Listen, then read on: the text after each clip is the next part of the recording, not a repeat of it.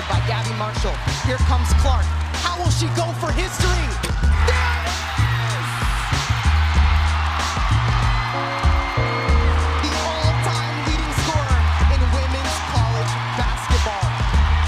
Hands up in Cedar Rapids. Now Caitlin at the line. For the record.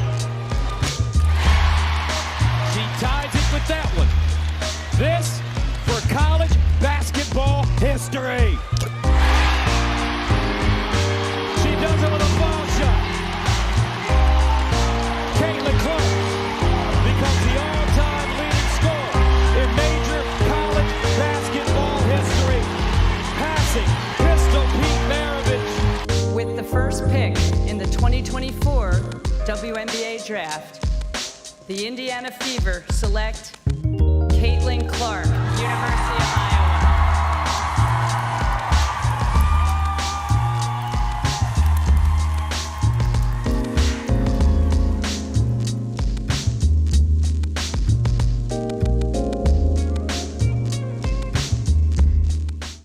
Hello and welcome to Next 2.0 on WQLN, PBS, NPR.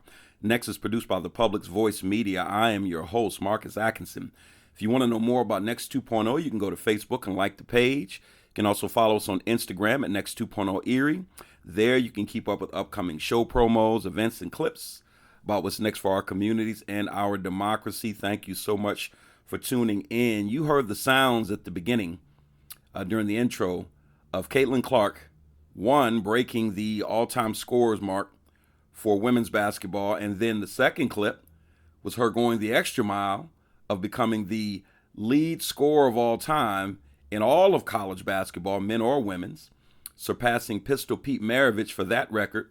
And then obviously there was Caitlin Clark being drafted number 1 by the Indiana Fever at the WNBA draft this past week. I won't run down all the records that this young lady has broken this senior season that she just finished. Although there were a lot of records that she broke from freshman year all the way up, she has really set a benchmark in college basketball. Let me be clear about this at the outset, is that there were a lot of women, I mean phenomenal women, that laid the groundwork for Caitlin Clark, that continue to lay the groundwork for not just Caitlin Clark, but for Angel Reese and all the rest of these ladies that are coming into the league. Some of these women are still playing in the WNBA. And I know it frustrates a lot of people that it feels like they have been forgotten and they haven't gotten their just due. Financially, we are in a different era, and that isn't a bad thing, all right? That isn't a bad thing. That's one of the things we want to analyze today. First of all, we've got a special guest who will be interviewed via Zoom here shortly, Miss Mashia Williams, Erie's own, let me say. Mercyhurst High School standout, state championship winner several times over, goes to Penn State.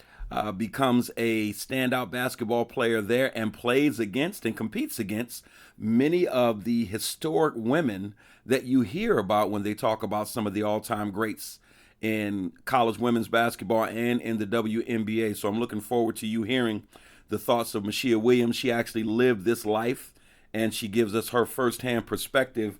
I want to start with the obvious, and that's the fact that Caitlin Clark is invoking a different reaction from America, if you will, that past athletes have received. And I know a lot of people are yelling, racism, racism, racism. Well, race is obviously a factor. Spin that however you want. I'm not going to sit here and debate good about America. Has always been what America is. And Caitlin Clark, being a young white woman from middle America who, in every sense of the word, from her family to her physical presence, really fits the definition of an everyday all-American white girl. We'd be fools if we dismissed the fact that America isn't gravitating toward that. And that is pulling a lot of new basketball fans into the WNBA's orbit and into the orbit of women's basketball on a college level. And let me just say that if that's the reason for some people, then it is what it is. I'm a huge golf fan. I became a golf fan because of Tiger. I didn't give a damn about watching golf until that young brother started swinging that club. And it hooked a lot of people of color. That's the way it works a lot of times. And so I want to just own that, because I know the people will be yelling at the radio like, oh, they only doing this because she white. Well, that is a small portion of the narrative. I also have people saying, she's all hype. Shooting three-pointers or threes from damn near half court is really hard to fake that. I'm a basketball coach on the JV level. It's hard to fake that and to, somehow have some sort of gimmick that helps you make half-court shots damn near on a consistent basis. So she's a legitimate basketball player. I get some of the pushback that we hear, even some of the pushback that we hear from WNBA players. It didn't go unnoticed that when they showed the Sue Bird and Diana Taurasi show and they were commentating on some of these college games, Diana Taurasi made it very, very clear, I'm not feeling this chick. Might not even like her, I don't know. But in terms of the Caitlin Clark buzz and the hype, Diana Taurasi made it clear, I'm not up with it. As a matter of fact, one part when Sue Bird was like, who would you take first in the draft, her or Paige Beckers? And she was like, I'm rocking with Paige. And she went back and she drank her drink. And she isn't the only one. And listen, that's human nature. When you have women, because Diana Taurasi is one of my favorite college players of all time, one of my favorite WNBA players. When you have players that have just rocked it and have represented at the highest level, and now you see these young players receiving accolades, especially Kate receiving accolades at the level that they're receiving it, I get it. I get the frustration. But at the same time, I think we want to make an argument today for, at least leading up to Mashia's interview, for the practicality of what we see going on. Let's look at some of the information that we see circulating around the league with the WNBA. There was a post from Front Office Sports. It says the Las Vegas Aces have announced a venue change for their July 2nd game against the Indiana Fever. Michelob Ultra Arena, where they currently play, has 12,000 seats.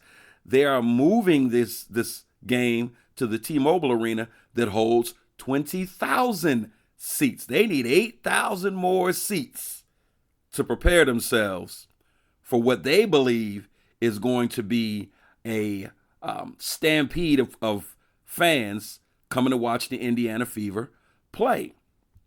You go back to the airing of the television rights, or the airing the television games for the Indiana Fever.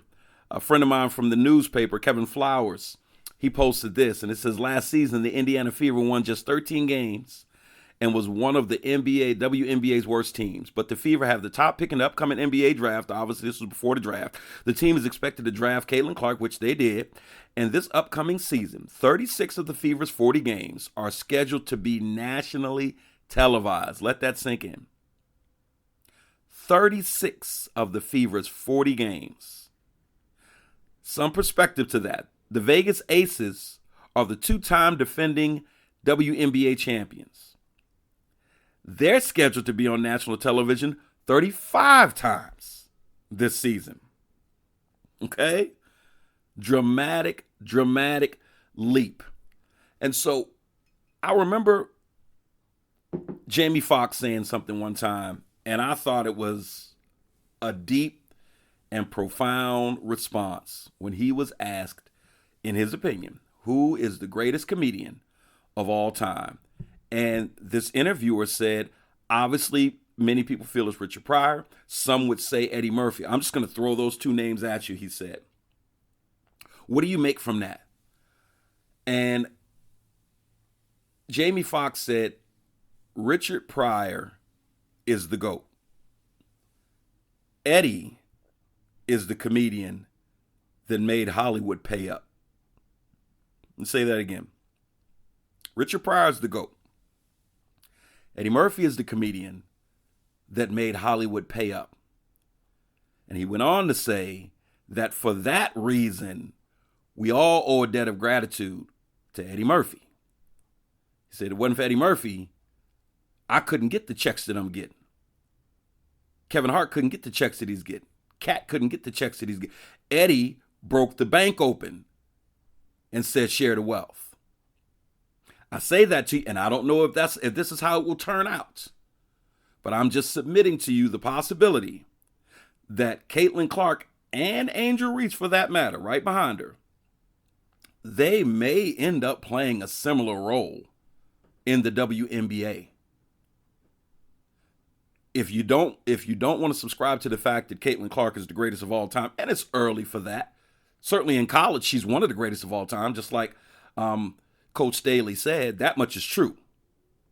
But if you want to subscribe to the fact that she is the greatest of all time, perhaps you can think about and agree to the fact that maybe she's the player that is the catalyst to the financial disparities between the WNBA and the NBA, women's college basketball, men's college basketball, catching up with one another. Let me read you something the other day that I was going through, and it's a lot of outrage being sparked right now on the internet.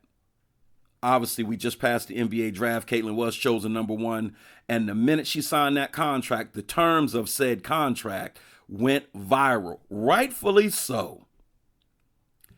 And again, we know that the women have been underpaid for a long time. But if this is the flashpoint, then so be it. It gives the details of her contract. Her 4-year deal is worth a total of $338,056.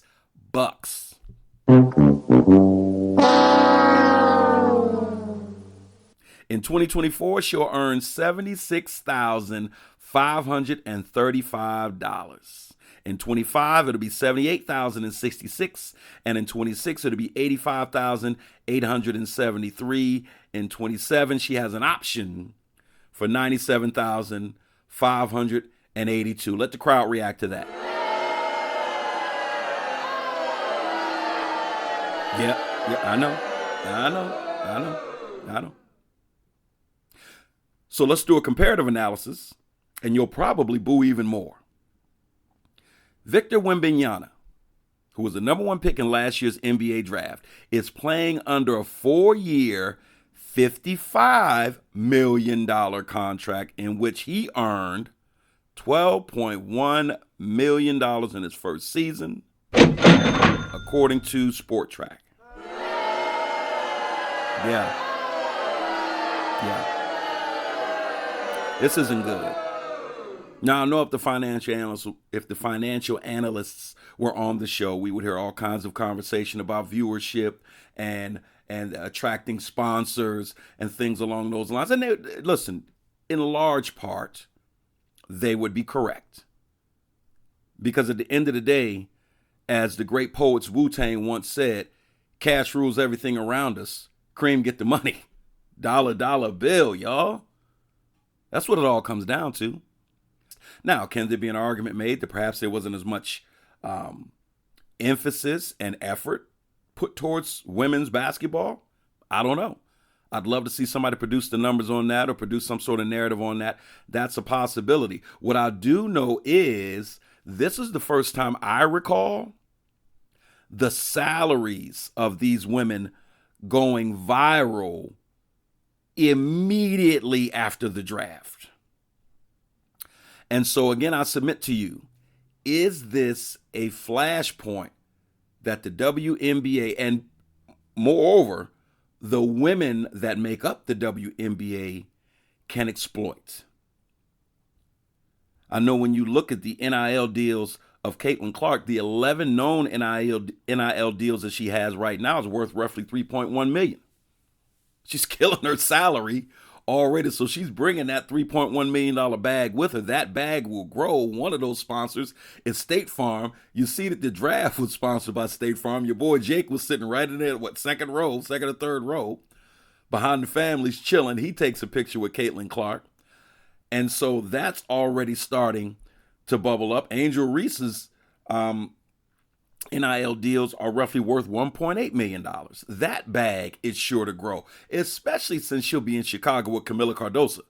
People are already posting memes comparing that to Tim Duncan and David Robinson. You know, I myself, full disclosure, shame to say it, my 10-year-old son, who is a basketball player and a basketball fan of all basketball, we have been scouring the net for tickets. And it'll be my first WNBA game. Shame to say it. But it's a moment that we all need to embrace. Now, we've got to stand out from right here. Kayla McBride, that's been killing it in the WNBA. And, you know, she's got ties to my family personally. It's been a personal goal of mine to get out and see Kayla play. Full disclosure, and that's the truth. And, you know, the effort just hasn't been there. Now, all of a sudden, I'm like, let me get online and look for tickets. And that's raggedy. But it's what all of America's doing right now. And so, again, whatever gets them off the couch, gets them off the couch. And let's hope that this moment can be one that women can take advantage of forever and always. Listen, I want to go to this interview with Mashia Williams.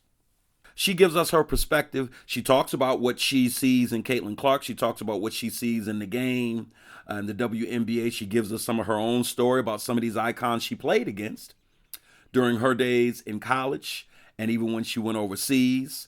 And I think it's an interview that you will enjoy. And so I bring you Mashia Williams. At what point did you realize, you know, I think I can use this ball to go to the next level? I might be able to transition into a college athlete. When did it dawn on you that you could take it beyond just high school? Honestly, when I think back at it now, I was just playing because I love the game. I like to win. And then it finally dawned on me probably like my sophomore year of high school. Like, I wasn't even thinking about playing in college and elementary school, middle school. I was thinking about going out, win these games with my friends and have fun. Right. You know? Right. It was pure. It was just basketball. Yeah.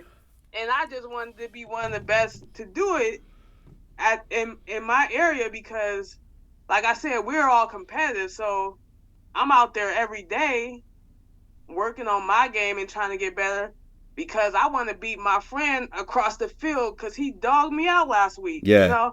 So that's when it kind of hit me. I was playing AAU. I played AAU since the 5th grade was my first year playing AAU. It was a lot different than it is now. Usually it was 1 or 2 teams in your age bracket for each city. Now there's like 15 teams in the city, you know? So it was the best of the best in your city. You had to go out there in trials and prove yourself in order to make the team. Mm-hmm. So in 5th grade, I started playing AAU.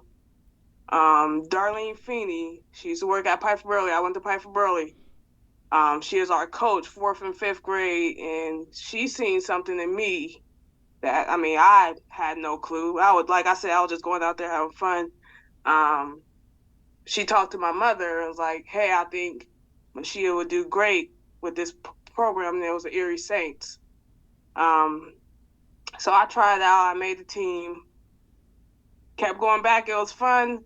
A lot of people in the community helped me out because it was, you know, it was financial burden. My mom was a single parent of 5 kids.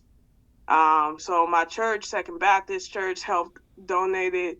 I remember Mel Weatherspoon. He helped in any way he could. A lot of community members was like, if you need help, they will try to help or they will reach out to someone that they know could help. I'm not saying they threw out thousands of dollars to me and my parents didn't do nothing. No, I'm not saying that. But if we needed, say the hotel cost $100 and we did some fundraising, people will help me fundraise for my season. Mm-hmm. So I started out at Erie Saints, and then I figured out I can play college about my sophomore, junior year. About my sophomore year, I would say. I felt like my game took it a turn for the better. Yeah. It was like a switch went off, if that makes sense. Yeah. A switch went off for me. I felt like I got a lot better. I felt like I got quicker. And the game just came a little bit easier for me. And then I was getting letters from college coaches. We ended up winning 2 state titles at Mercier's. And, you know, I felt like I was at the top of the world at this time, you know. All these people want me to come to their school. I'm just a 18-year-old kid from the 17th Street Projects was trying to just do something with my life. Yeah. I always knew I wanted to go to college, but it didn't click for me athletically until about the end of my freshman and sophomore year in high school. So you played legitimate for a legitimate D1 program. Talk about that leap and what it felt like when you first started playing against ladies that were of a similar caliber, if not higher than yourself. So, my junior year, going into my sophomore junior year, I ended up switching AAU programs, and me and Chelsea Gordon and Aaron Kerner, we would drive down to Pittsburgh and play for the Western PA Bruins. We made the team. Well, I mean, they asked us to come play for the team, and that is when I first got my real taste of people on my level. You know what I mean? Not only in games that we played, but in practice too. Because everybody on our team went Division I. So we used to practice. They used to bring guys in practice. Anybody they can find that would play against us, we used to practice against them. And then we went to national tournaments. Our last year, we ended up finishing. We lost in the elite game, so we ended up finishing to the national championship team in our age bracket, in that 17U age bracket. So we finished 9th in the country that year. And I guess that's when I got my real first taste before college of what it's like of talented women that's playing basketball in the United States. The gyms used to be packed with coaches from everywhere, all over the country. And then I committed to Penn State University. I went there. I would say the first thing that took me out by surprise, though, was that conditioning program. They put it on you, didn't they? That was a whole nother level. That was a whole nother level that I was not expecting. Like, I never been the type of person that would get tired easily. I didn't have a problem with lifting weights. I decided to go to Mercyhurst because, like I said, I knew I wanted to go to college before I got to high school. And I felt like that would be the best option to prepare me academically. So I felt like I was ready academically. But, man, when I got that packet about almost an inch thick of conditioning and lifting, I was like, I don't know what I got myself into. But I was out there every day. Before I left, I went down there in June for summer school before my official first semester. So we did a session of summer school. They brought all my freshman class in so we can get acclimated to college. Yeah. College basketball. So that was a wake-up call. Yeah. Right? We were getting up for 6 a.m. workouts on the track, lifting, eating breakfast, going to class, and then we coming back to do our individual workouts. And then once everybody got back to school, that added team workouts too. So it was exciting. Like I said, I first got that packet, I was a little nervous, but when I got into the groove of things, I was excited. Nice. Honestly. Nice. Like, I love competition. So I knew that by me going there, I was going to get better. So let me stick with that competition theme before we segue into talking about these finals and the legacy of Caitlin Clark and Angel Reese and some of these standouts that we witnessed this year. And, you know, like so many other Americans and people across the world were just in awe of some of the talent that we saw. Give us that basketball player that you competed against in any of those 4 years that just left you like, wow, she can ball. I would say one of the people that stand out the most to me is Tina Charles from UConn. Okay. We ended up playing them. It was a breast cancer tournament. It was at Madison Square Garden, and it was 4 teams, and we we were playing against UConn. They were, at the time, nationally ranked. I think they were like second, if not first. And she was just dominant. I'm like, you know me, I'm getting after our post players. And I'm like, yo, y'all gonna box her out? Why she getting all these rebounds? She was just another animal. You know, Maya Moore was on the team. Oh, man, okay. Renee Montgomery is on the team. But Tina Charles was just an animal down there. I played against a lot of players, but she has that stamp in my head because she was just, every rebound, every shot they missed, she was grabbing that board. Mm-hmm. I played my freshman year. One more player I'll get you to. My freshman year we played Duke, and I was guarding Monique Curry. She is a senior. I was a freshman. Oh, wow. You know, so me, like I said, I'm competitive, right? She coming on the court. She doing her thing. She's a great player. But I'm not going to let you do what you want to do to me. That's what I'm thinking in my head. I don't care if I'm a freshman, sophomore, senior.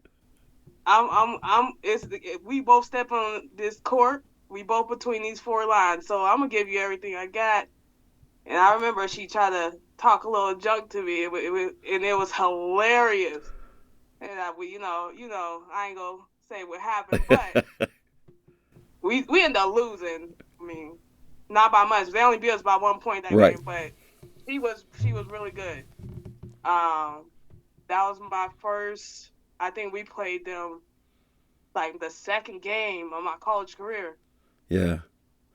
And those two stand out in my mind. Mm-hmm. But Tina Charles is an animal. Got you. So this season, so the tournament rolls in this season. And even leading up to the tournament, there was so many storylines. You're talking about playing the AAU ball. They're showing photos of Paige Beckers, who I'm a big fan of, and Caitlin Clark, battling each other when they were young bucks. And, they showed a post of Paige Beckers when she was in 6th grade, and the person was like, this may be the best 6th grade girl I've ever seen in my life. And, of course, she goes on to greatness. You look at Juju Watkins, over at USC. You just had all of these storylines, the greatness of South Carolina, Dawn Staley's phenomenal record as a coach, the player that she was as a player. I'm a huge Dawn Staley fan from when she played for Virginia. She was just a beast. What's going through your mind as you're watching this season unfold and as we're going into the tournament, and then as the tournament starts to play out, how are you reacting to this as a fan and as a former player?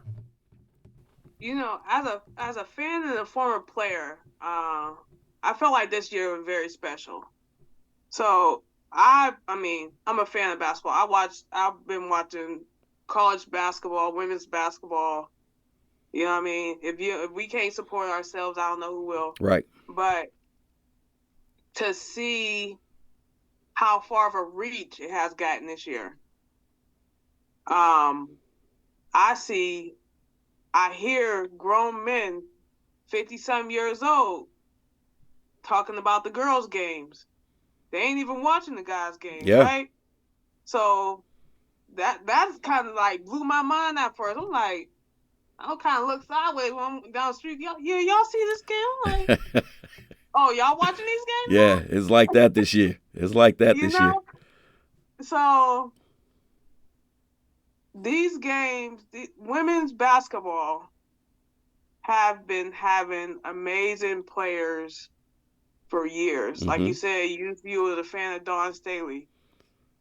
They had the Cheryl Swoops, the Dawn Staleys, the Rebecca Lobo, the Lisa Leslie. Shamika Holtzclaw, Exactly. Right. Shamika, I can go on and I can name names. There's a lot of them. There have been a lot of great, phenomenal women basketball players throughout the years that have built this game to become what it is now. Right. And to see what is going on this year with the tournament and sold out crowds and everybody chiming in, to be honest, I've been waiting for this to happen for a long time. Right. You know, it's exciting. I'm happy that women's basketball is starting to get the recognition that it deserves. I believe that it has been overlooked at a lot of times, but I'm happy. I'm happy that the game is getting this recognition. I'm happy that all these news outlets. But I will say one thing: people need to understand that it's entertainment, right? So what the news may tell you and what the news portray don't mean how that person is. Yeah. So I recently posted a video. It was actually Matt Barnes talking about Angel Reese, how the media has portrayed her as a villain, right? So a lot of people don't like her because of that, because of what the media say. Right. They have to realize this is a business. This is now a business. These college athletes are now getting paid, right? They have all these deals. The media is trying to feed you what they want you to hear to make you watch it, which please watch it. Yeah. Because best believe when these women step off the court, they still gonna say good game. They probably gonna be teammates next year. Yeah. You know, they just all competitive. It's a competitive sport. One thing he said in the game, like everybody getting on these women, these girls for talking junk to each other. Men been talking junk to each other forever. Yeah. Yeah. Forever. It's a game. Yeah.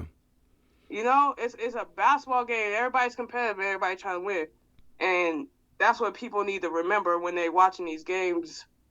But I am really excited for what has happened. Like when I seen that stat of almost 15 million people watch the Women's College Championship. It's crazy. Crazy. That is crazy. In a good way, in all the best ways. Yeah, absolutely. I was like, there we go. Now I just hope that people are going to keep watching, like you said, because there's still Juju Watkins. There's still a lot of young freshmen, young girl from South Carolina. Like, she put on a show. She sure did. Right? So I hope people stay tuned. I hope people still support. I hope people start going to games. Yeah. Because it's a whole different atmosphere from when you're physically there than just watching on TV. So I would say if you get a chance to attend a high-level D1 basketball game, go, because it's a great atmosphere. So, Michelle, let me ask you this. Let me get your take on Caitlin Clark in particular, because as I listen to the debate from former basketball players, current WNBA players, male and female commentators, I mean, it runs the gamut, and it doesn't help. I mentioned a little bit in the intro. It doesn't help that we are in this polarized society when it comes to politics. And especially since the rise of the former president, he really unleashed a divisiveness in this country that I think has always existed beneath the surface, and he's just kind of exploited it. Everything gets turned into these tribal, moments. And I think about last year when Angel Reese and LSU beat Iowa, and the First Lady, Jill Biden, invited Iowa to the White House as well. I'm like, okay, wait a minute. So since when are the second-place teams invited? And there was obviously some of that in society. There is, this narrative of, hey, these are some sweet little white girls from middle America. And there is a little extra shine for some people because of that. But that's got nothing to do with the game. Talk about Caitlin Clark just as a player, and give me your personal assessment on how great she is in your opinion and where you think she fits in the conversation of all-time collegiate greats, because certainly she's earned the right to be able to be judged on that level at the very least. Yeah, and in my opinion, just basketball-wise, Caitlin Clark is a hell of a player. She can just outright score. She's a baller. Yeah. And I feel like people got to give credit where credit is due. Yeah. I don't care if you black, white, green, purple. You can play basketball. You can play basketball in my book. The things she do on the court. Yeah, she's a 3-point shooter. But when you taking away that three, she's driving to the lane. She can finish, right? You double teaming her, she know exactly where to put the ball at for her teammates. So she, in my book, she's just not strictly a shooter, right? She distributes the ball well. She finishes well. She's a leader out there on the court. Whether she wasn't shooting the ball, scoring, and just dishing, or being a facilitator on the court, there's different ways to lead your team. Yeah. And I believe this year she led Iowa in all aspects. And I don't know if anybody else can argue any different. She was the coach. She was the general on the court, period. Yeah, she was. I heard one former basketball player say that unless she wins a championship at the college level, she can never be considered the greatest or one of the greatest. You agree with that? Do I personally think she's the greatest? No. Will I consider her to be one of the greats of women basketball? Absolutely. Because basketball is a team sport. Yep. Okay? Everybody talk about Jordan's the GOAT, right? Jordan had Pippen, Steve. He had people there, right? If he had an off night, they contribute on a consistent basis. She had some people that contribute, right? But it's just the women's game is just a little bit different than men. Yeah. It's more of a team atmosphere, more of a you have to have at least 3 people consistent. They can't get in foul trouble because they got to go out, right? They can't get tired.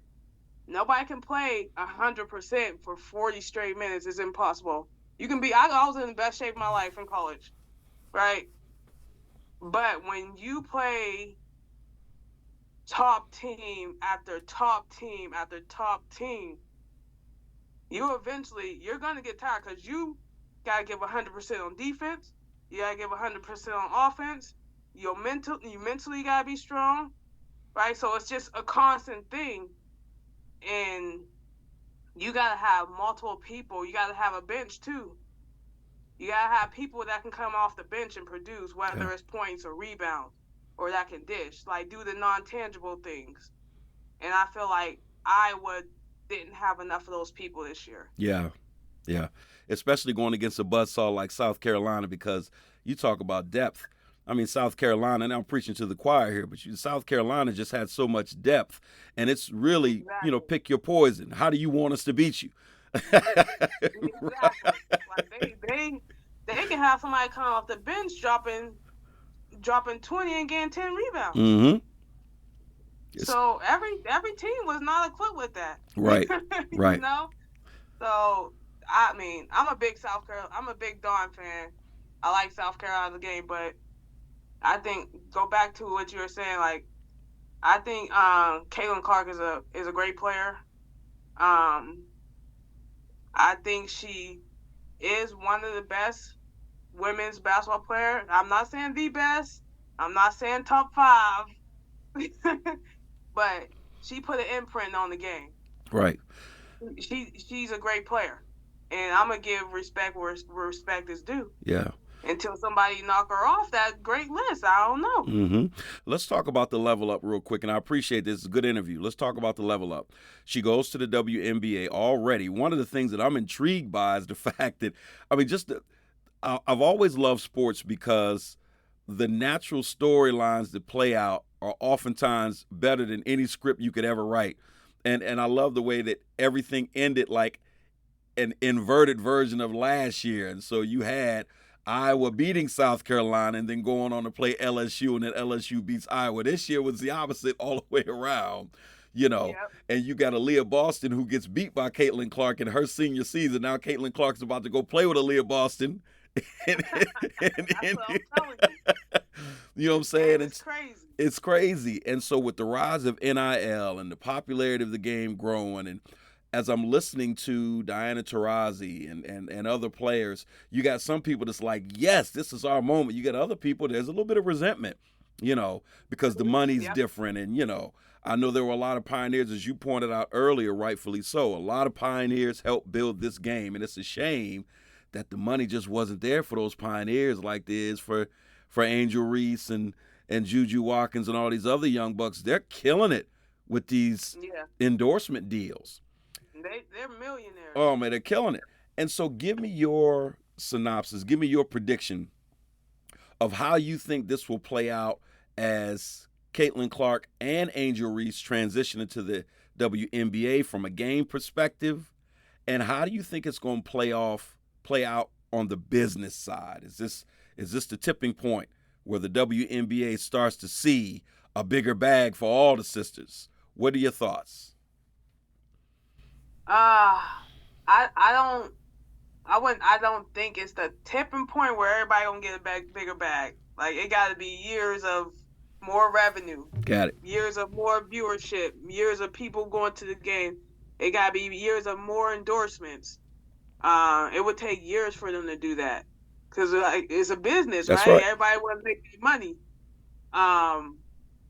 Far as Caitlin Clark and Angel Reese's transition to the WNBA, it's definitely gonna need to be adjustments made, because now you're not just. I mean, there's a billion college teams, right? Mm-hmm. WNBA, you got the best of the best. Yeah. Right? So you're not going against old girl from North Dakota somewhere, you know? You going against the best of the best that usually America and Europe has to offer. Mm-hmm. Because now you got those European players over here too, where Excellent it used point. to not be. So excellent point. Their game is going to take an adjustment. It might be a half a season, might be a whole season, might be 2 seasons, depending on how fast you can adjust. Every player is different, but I think Caitlin Clark defense is going to have to strongly improve. Mm-hmm.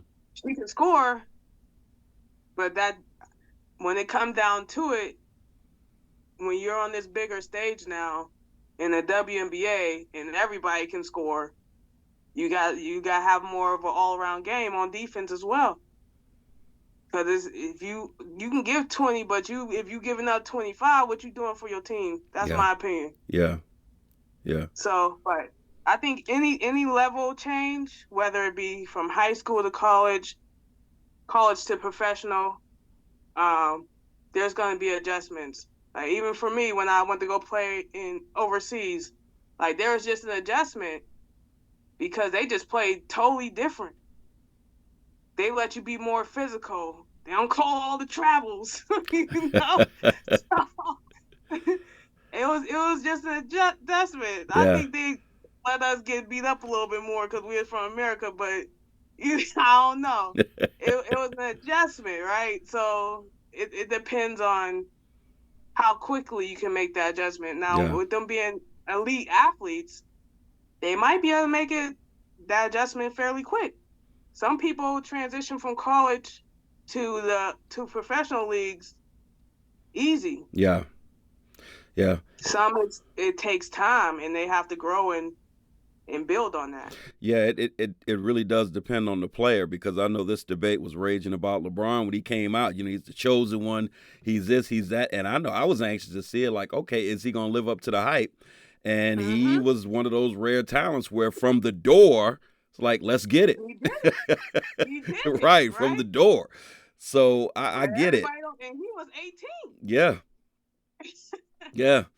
And So, like you said, everybody's not built like that. Let me hit you with one last question, and I appreciate your time because I know I didn't want to hold you this long, but I've been enjoying this interview.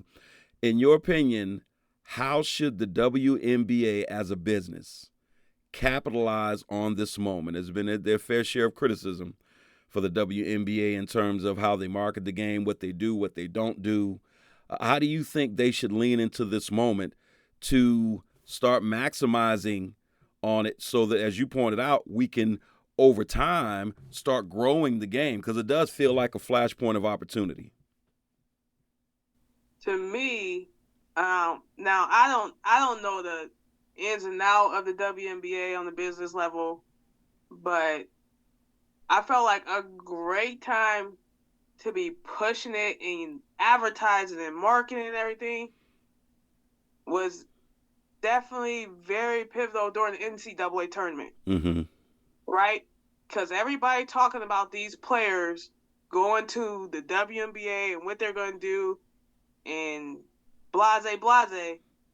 I feel like I don't even know if I seen one commercial about the WNBA during the tournament. That's a good point. That is a good point. Now that you mentioned it, I don't know if I have either. So put it out there. Yeah. At least have the girls doing a little video, ball handling, shooting, whatever. Come catch us this summer, June 2024, something, know? Mm-hmm. Like, put something out there. Let people know, because it was a lot of new viewers tuned into the women's basketball tournament this year that have no idea about the WNBA, don't know when the season starts, probably don't even know who the teams are. Yeah. So I felt like that mark was missed, or maybe I just missed it. I ain't see it. I don't know. Yeah. But I feel like it could have been. They should have been putting stuff out there. Mm-hmm. Catch these girls this summer. That's right. Here, bow. So I think they're gonna have to definitely do a lot more marketing, a lot more advertising about things happening at the game to get the crowds to the game. Yeah. Put it out there. There. I tell you, I remember. No, go ahead. I remember growing up, like when they used to have the Cleveland Rockets, right? So we used to hear stuff here in Erie. Come to the Cleveland Rockets game. I'd started playing basketball. Of course, I want to go to a professional basketball game. So they had those advertisements and like ticket sales, blah blah blah. I was lucky enough. My grandma was able to take me to a game. Yeah. But I don't hear. I mean, we don't have one very close to here, but I felt like that was a thing that was missed during the tournament. That advertisement, those commercials, something could have been there. Agreed. Well, listen, Mashia Williams, I appreciate your time and talking about the game, bringing your experience to the microphone. I got a chance to watch you from afar as you were developing as a young player, so I was kind of excited about getting a chance to sit down and fill in some blanks myself, man, just about your career and to get your opinion on everything that's going on with the women's game today. So thank you for spending time with us. Oh, you're welcome. I hope I enlighten you a little bit. Absolutely. All right. Wasn't that a great interview? Solid young lady. That's it for our show today. Tune in next time for more discussion and analysis with local and national guests. I need you to remember that Next 2.0 streams on Fridays on all major podcast platforms and the fourth Sunday of the month at 4 p.m. on WQLN, PBS, NPR, which is 91.3 FM. Remember the new feature, especially with a show like this. You want to leave a message or a comment or a suggestion for the show? I know I didn't read all of Clark's stats. I didn't really get into Angel Reese because I wanted to streamline the show. I didn't get into the many other women of the game right now. I didn't get into the fact that there are freshmen killing it in college basketball and every level in between. And so it looks like the WNBA is going to have an influx of solid talent for the foreseeable future. I didn't touch on all of those things.